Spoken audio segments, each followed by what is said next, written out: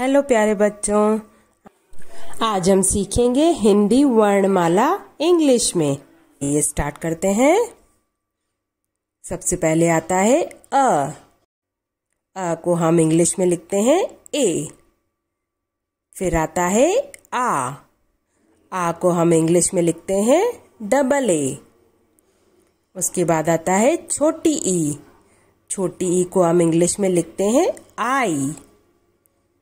फिर आता है बड़ी ई को हम इंग्लिश में लिखते हैं डबल ई।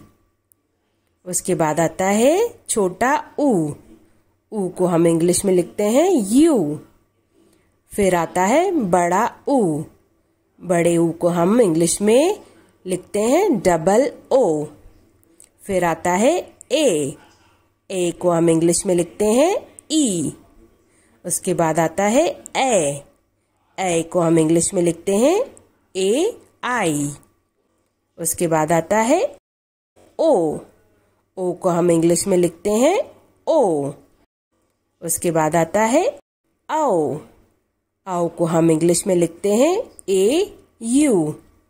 उसके बाद आता है अन को हम इंग्लिश में लिखते हैं ए एन। उसके बाद आता है आहा को हम इंग्लिश में लिखते हैं ए एच।